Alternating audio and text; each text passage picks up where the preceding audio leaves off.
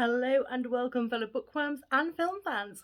Welcome to this week's episode of The Contented Narrative, where we'll be looking at The Christmas Murder Game. So yes, I have done a couple of Christmassy books, only about 2 of them anyway, So The Christmas Murder Game basically is this girl is being invited back. So basically her aunt has died.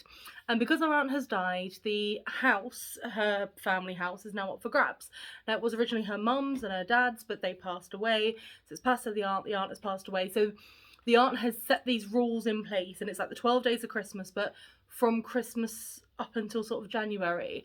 And they've got to solve clues, and they've got to get keys and things like that to be able to find the hidden room and to be able to claim the house, basically.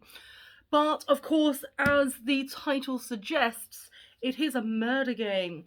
And so as they're doing these clues, as they're hunting through the house, people are dying. And so you've got, not only have you got the suspicion of sort of like who is killing these people off, but you've also got the suspicion of like, but you've got to be the first one to reach to win the house. But the main character, she doesn't actually want the house. And it's mentioned early on that she's pregnant. So even if, you know, this whoever it is that wins the game wins the house, because she's pregnant, her unborn child automatically will inherit the house when they become of age. So it is a bit sort of strange, really. But oh my god, it had me on my toes. I mean, as I've mentioned quite a few times, I love a good murder mystery, and so unfortunately I am quite good at guessing who the killer is. I love the sort of whodunits and everything like that. And I did kind of guess who it was, and that was, you know, it wasn't because of any kind of bad writing, it wasn't anything like that. It is literally just because I love reading murder mysteries. So for me, I literally was just like, right, well, okay, it's not going to be this person, it's, you know, and I worked it out. But oh my god, it's such a good plot. It's so well written. It honestly, you feel for all but one of the characters. Like, one of the characters is well, she's a horrible human being. And she's been a horrible human being all her life. But like, you genuinely start to feel for the characters, and you're like, oh, I want you to survive. And then, but it's honestly, I couldn't put it down. I really couldn't. And I got it as, like, sometimes I do accidentally buy hardbacks, because as you can see, and as I've mentioned before, I do prefer paperbacks.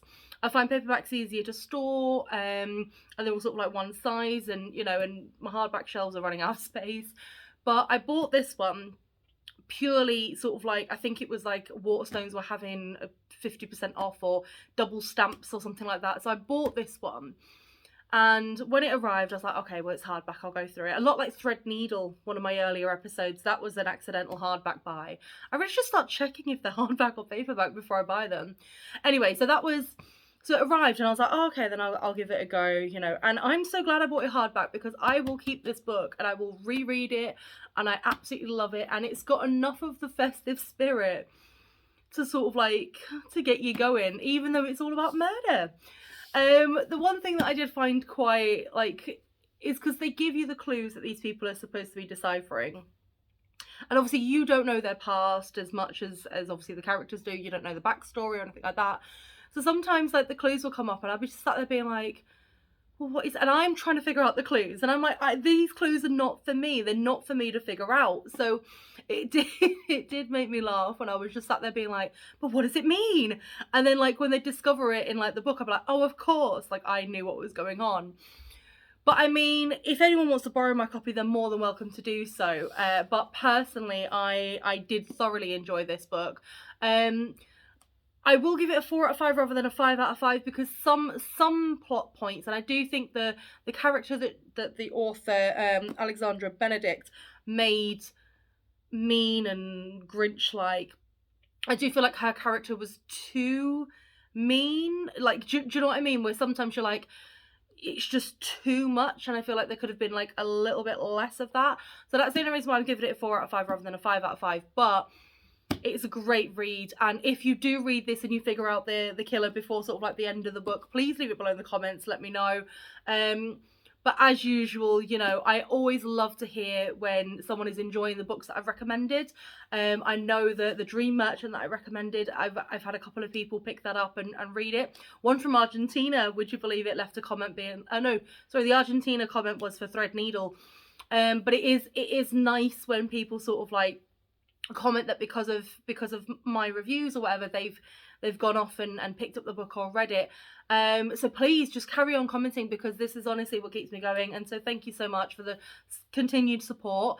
Happy holidays, and remember to always keep it contento.